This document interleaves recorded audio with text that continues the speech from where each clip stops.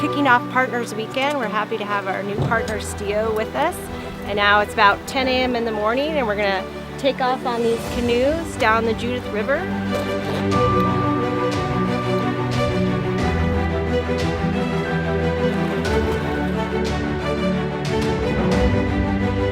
American Prairie Reserve's mission is to create the largest wildlife reserve ever assembled in the continental United States. And about 3.5 million acres.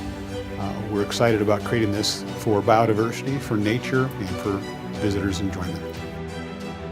People ask us about our approach a lot. How can this be done in this day and age? Because we've basically stopped making refuges and reserves in about the 1950s in this country. So we're getting funding from a global audience and using that to glue together existing public lands where people can already come out and enjoy it. You can travel by a mountain bike, by walking, by horseback, by floating the river, a variety of different ways, and go through so many different land types. Basically, you're crossing what early explorers did in the 1700s, and we hope to replicate that experience for people to be able to just move across the landscape slowly and just be changed by an extraordinary nature experience.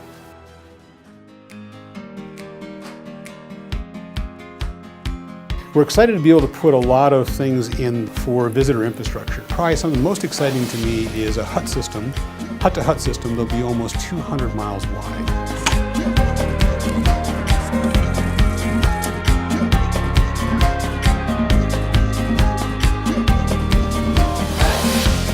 We think people are changed by incredible nature experiences.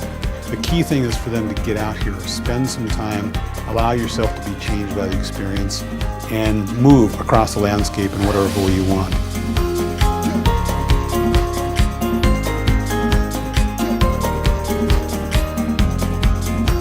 Being able to work on something with lasting value is a natural human thing. People are attracted to that. If we can succeed in the vision we have, this is going to be here 200 to 300 years from now.